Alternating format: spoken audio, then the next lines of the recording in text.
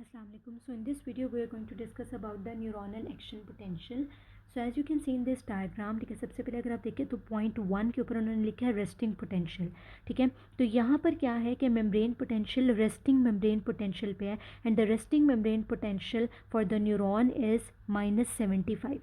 That is closer to the potential of membrane potential for the potassium ion. ठीक है, तो resting membrane potential जो होता है it is closer to the potassium ion का जो हमारे पास पोटेंशियल होता है. ठीक है, दैट्स वाई ठीक है in the resting state the membrane is more permeable to potassium than sodium. ठीक है, तो पॉइंट 1 क्या है, resting membrane potential, the membrane is more permeable to potassium than sodium at rest. और रेस्टिंग मेम्ब्रेन पोटेंशियल पे voltage gated sodium और potassium channel दोनों closed होते हैं.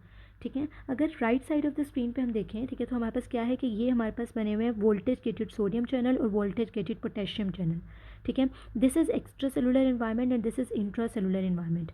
वोल्टेज गेटेड सोडियम चैनल का स्ट्रक्चर क्या होता है, इसके पास एक इनएक्टिवेशन गेट है, एक एक्टिवेशन गेट है. ठीक है, तो क्या होता है रेस्टिंग मेम्ब्रेन पोटेंशियल पे वोल्टेज गेटेड सोडियम चैनल और वोल्टेज गेटेड पोटेशियम चैनल दोनों क्लोज्ड होते हैं.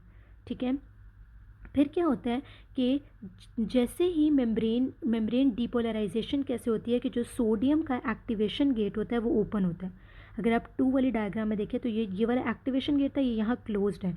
ठीक है, जैसे ही सोडियम का एक्टिवेशन गेट ओपन होता है, ठीक है, तो सोडियम का इनफ्लक्स होता है. ठीक है, जैसे ही सोडियम का इन्फ्लक्स होगा तो मेम्ब्रेन डीपोलराइज होगी और जैसे ही मेम्ब्रेन डीपोलराइजेशन होती है, ठीक है, तो क्या होता है एक्शन पोटेंशियल जनरेट होता है. सो दिस पॉइंट 2 जो होता है, ठीक है, it shows the membrane action potential या मेम्ब्रेन पोटेंशियल जो है वो जनरेट हुआ है. क्यों? क्योंकि मेम्ब्रेन डीपोलराइजेशन हुई है by the influx of sodium ions. ठीक है, तो क्या होता है कि जब सोडियम का एक्टिवेशन गेट ओपन होता है, ठीक है, सोडियम का इन्फ्लक्स होता है, मेम्ब्रेन की डीपोलराइजेशन होती है, एक्शन पोटेंशियल की जनरेशन होती है. ठीक है, और हमारे जो इनवर्ड ऑफ द मेम्ब्रेन होता है, ठीक है, इट बिकम मोर पॉजिटिव. ठीक है, क्यों? क्योंकि सोडियम आयन जो है वो अंदर आ गए. ठीक है, तो इस स्टेज को ये जो पॉइंट 2 उन्होंने शो किया, ठीक है, दैट इज़ मेम्ब्रेन पोटेंशियल जो है वो जनरेट हो जाता है. ठीक है, इसके बाद हमारे पास आ जाता है पॉइंट 3.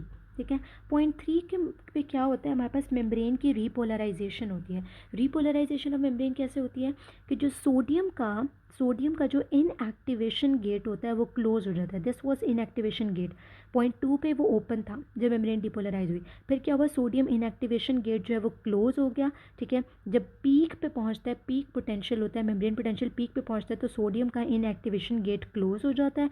ठीक है, और अब क्या होता है कि सोडियम का इन्फ्लक्स नहीं होगा, सोडियम का इन्फ्लक्स नहीं होता और पोटेशियम गेट ओपन हो जाता है और पोटेशियम का फ्लो आउटवर्ड जो है वो स्टार्ट हो जाता है, जिसकी वजह से मेम्ब्रेन रीपोलराइज होना शुरू हो जाती है. ठीक है, और हम पॉइंट 3 की तरफ आते हैं. ठीक है, डाउनवर्ड दोबारा से मेम्ब्रेन पोटेंशियल पीक पे पहुंच के रीपोलराइज होना शुरू हो गया. ठीक है, दोबारा से इनवर्ड जो है नेगेटिव चार्ज होना शुरू हो गया क्योंकि पोटेशियम बाहर जा रहा है और सोडियम अंदर नहीं आ रहा. ठीक है, तो मेम्ब्रेन की रीपोलराइजेशन स्टार्ट हो जाएगी. ठीक है, the fourth point is membrane hyperpolarization. Hyperpolarization of membrane कैसे होती है, ठीक है, कि जो आपके जो पोटेशियम चैनल होता है ना वो ओपन था, अब पोटेशियम का इफ्लक्स हो रहा था. जो पोटेशियम का एक्टिवेशन गेट होता है वो क्या होता है, it is slow to close, वो बहुत स्लोली क्लोज होता है, जिसकी वजह से क्या होता है कि ज़्यादा पोटेशियम बाहर चला जाता है. जब ज़्यादा पोटेशियम बाहर चला जाएगा तो इनवर्ड जो है वो नेगेटिविटी बढ़ जाएगी. ठीक है, पोटेशियम बहुत ज़्यादा जब बाहर चला जाएगा, ठीक है, तो अंदर से पॉजिटिव चार्ज है वो बाहर चला जाएगा तो इनवर्ड नेगेटिविटी बढ़ जाएगी. इनवर्ड नेगेटिव चार्ज बढ़ने की वजह से क्या होगा, मेम्ब्रेन हाइपर पोलराइज हो जाएगी. ठीक है, for a brief period membrane hyperpolarization हो जाएगी, जो कि उन्होंने 4 पॉइंट से शो किया है कि हम रेस्टिंग मेम्ब्रेन पोटेंशियल पे आ गए थे, लेकिन उसके बाद भी क्योंकि potassium channel were slow to close तो पोटेशियम का इफ्लक्स होता रहा कुछ ना कुछ, जिसकी वजह से मेम्ब्रेन क्या हो गई, हाइपर पोलराइज हो गई फॉर अ ब्रीफ पीरियड. ठीक है, due to potassium channel efflux. ठीक है, continuous efflux of the potassium channel, ठीक है, because of the slow closure of the potassium activation gate. ठीक है, उसके बाद क्या होता है कि जो वोल्टेज गेटेड सोडियम चैनल होते हैं वो स्विच बैक हो जाते हैं टू द रेस्टिंग स्टेट.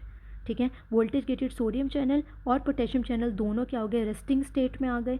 ठीक है, और जो सोडियम पोटेशियम पंप होता है वो आयन कॉन्सेंट्रेशन को रिस्टोर करता है. ठीक है, तो अब हमारे पास इससे रिलेटेड MCQs क्या क्या आते हैं. देखिए कि resting membrane potential, the membrane is more permeable to potassium than sodium. ठीक है, the resting membrane potential for neuron is -75. ठीक है. Then the membrane depolarization or the action potential is generated, or the threshold of action potential जो होता है it is generated by the influx of sodium ions. ठीक है. membrane repolarization is caused by efflux of potassium ion. membrane hyperpolarization is caused by continuous efflux of potassium ion या excess efflux of potassium ion because the potassium activation gate was slow to close. ठीक है. और last हमारे पास आ जाता है कि what maintains this membrane potential. ठीक है. मेम्ब्रेन का रेस्टिंग मेम्ब्रेन पोटेंशियल जो है उसको रेस्टिंग स्टेट में मेंटेन कौन कर रहा होता है?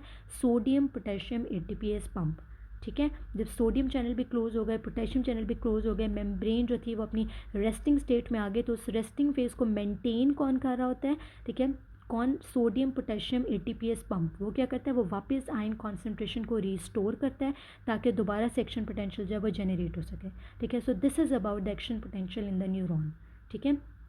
4 स्टेजेस याद रखें. रेस्टिंग मेम्ब्रेन पोटेंशियल, देन आपके पास मेम्ब्रेन पोटेंशियल या membrane depolarization, then membrane repolarization, then membrane hyperpolarization. Depolarization by the sodium influx, repolarization by potassium efflux, hyperpolarization by continuous potassium efflux, and maintenance of the resting membrane potential by the sodium potassium ATPase pump.